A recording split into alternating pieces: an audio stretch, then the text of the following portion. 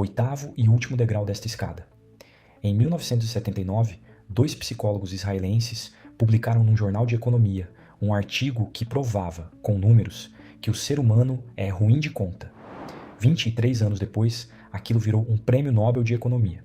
Só que um dos dois autores já estava morto havia 6 anos. Começa com um menino de 7 anos em Paris, em 1941. Daniel Kahneman era filho de judeus lituanos.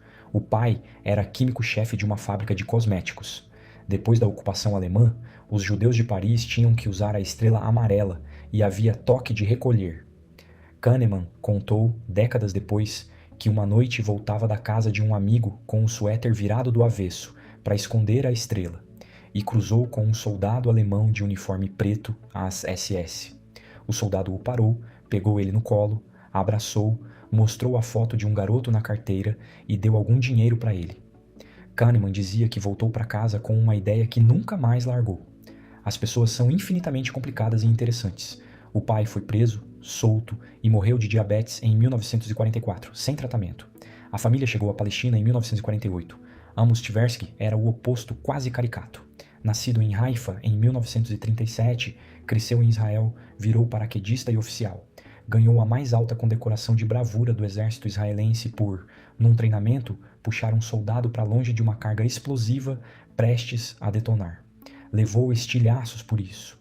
Depois foi fazer doutorado nos Estados Unidos em psicologia matemática, a área que tenta escrever equações para o comportamento humano.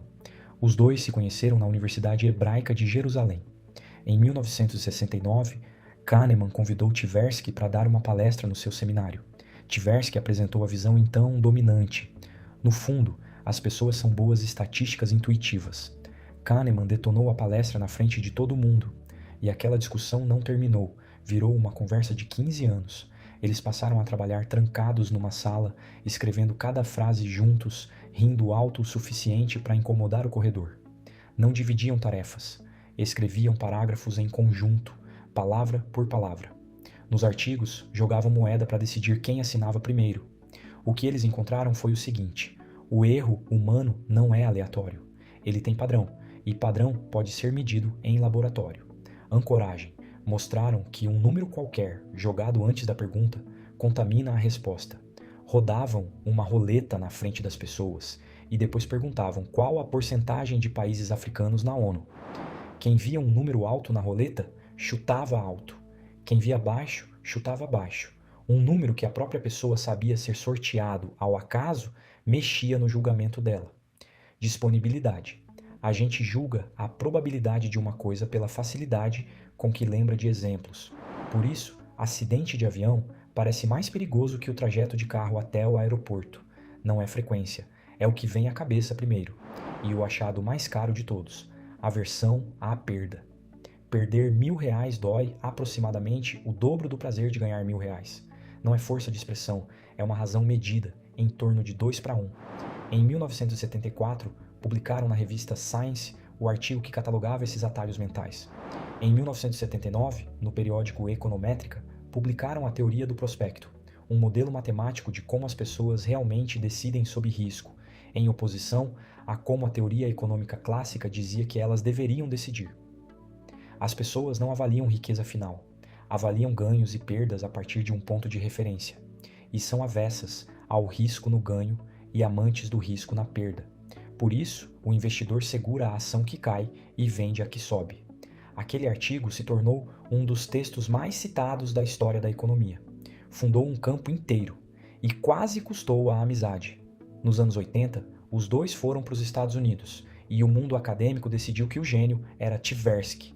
Ele levou à Bolsa MacArthur o apelido de gênio, os convites. Kahneman ficou na sombra da própria obra e a relação esfriou. Em 1996, Tversky foi diagnosticado com melanoma metastático e recebeu meses de vida. Os dois voltaram a se falar todos os dias. Tversky morreu em junho de 1996, aos 59 anos. O Nobel não é dado a mortos. Em 2002, Daniel Kahneman recebeu o Prêmio de Ciências Econômicas sozinho e passou o resto da vida repetindo que o prêmio era de uma parceria, não de uma pessoa. Em 2011, aos 77 anos, publicou Rápido e Devagar, Duas Formas de Pensar, o resumo de tudo. O sistema 1, automático e intuitivo, e o sistema 2, lento e preguiçoso. Vendeu mais de 10 milhões de exemplares, e aqui entra a parte que quase ninguém conta. Um dos capítulos do livro se apoiava em estudos de priming que, na crise de replicação da psicologia, não se sustentaram. Kahneman não escondeu. Em 2012, mandou uma carta aberta aos pesquisadores da área, cobrando replicação.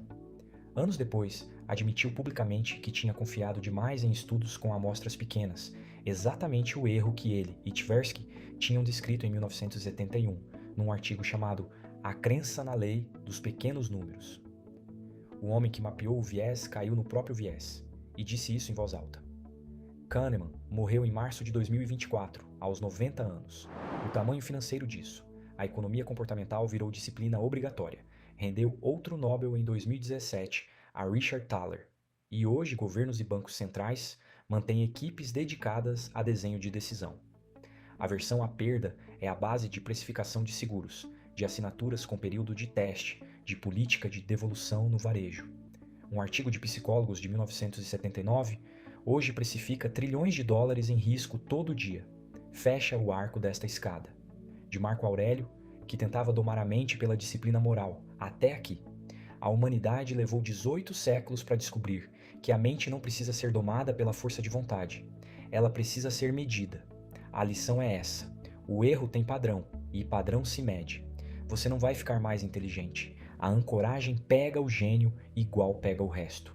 O que dá para fazer é conhecer os próprios vieses e criar regras que os contornem, decidir o preço antes de ouvir a proposta, escrever o critério antes de ver os candidatos, definir o ponto de saída antes de entrar no investimento. Regra escrita com a cabeça fria, vence intuição quente. Se você quer mais histórias assim, se inscreve no canal.